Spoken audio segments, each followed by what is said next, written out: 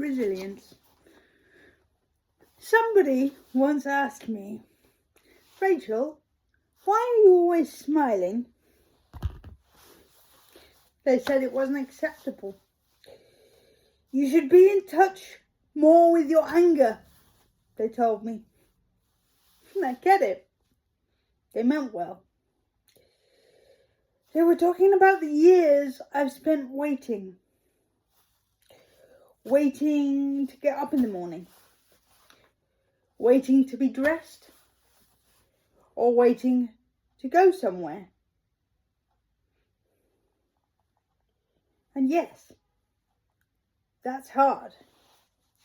But my answer never changed. If I can't change something, then there's no point in getting angry, because that would just make my life miserable. And my life is far from miserable. Some people have looked at my wheelchair and said things like, "This disaster of a life will soon be over." Imagine that, a stranger in the park while I'm walking my dog, deciding what my life is worth. They know nothing about me and nothing about my life. How dare they?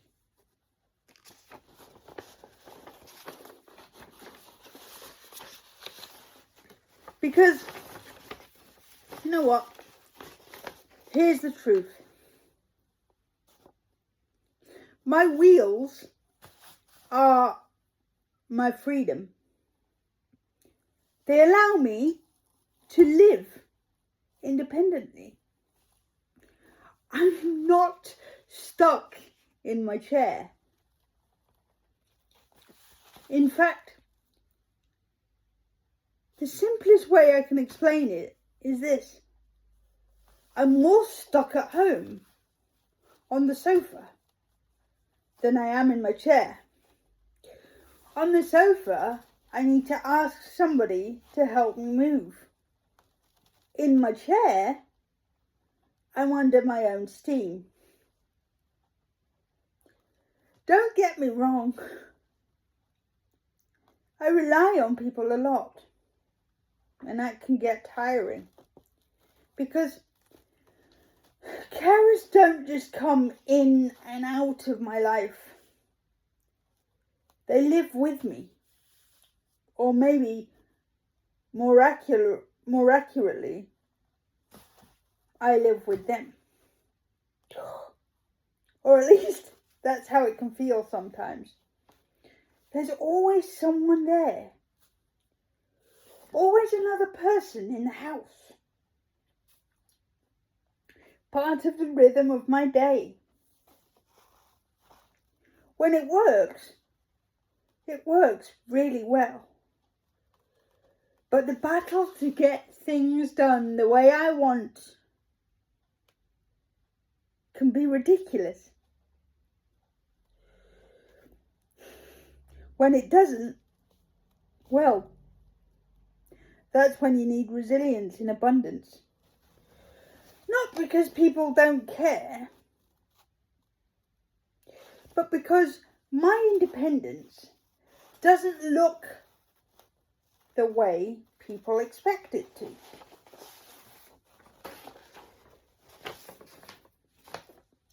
Independence for me doesn't mean doing everything myself. It means having control in a life that's constantly shared. It's saying, this is how I want things done. It's having a say.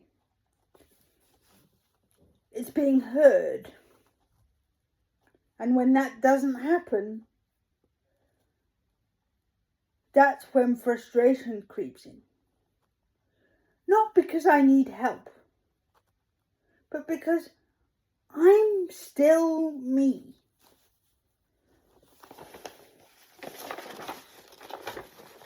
Have you ever walked into a shop and been spoken about instead of to?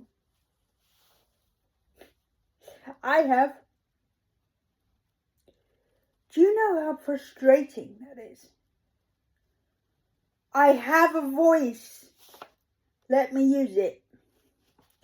Sometimes my parents have to walk away from the cashier if I'm paying for something, because if they're there, the cashier will speak to them instead of me.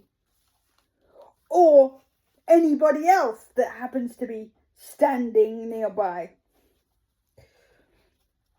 And the bus. Oh, the bus. Oh, I wouldn't be able to do that. A comment I get often when reversing my electric chair into the designated wheelchair space. You drive that thing better than my wife.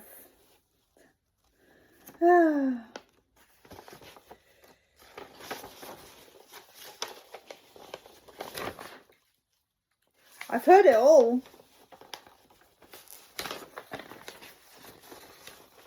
What people don't realise is I've heard these things over and over again for most of my life. They think they're being original. But if I stopped to respond every time,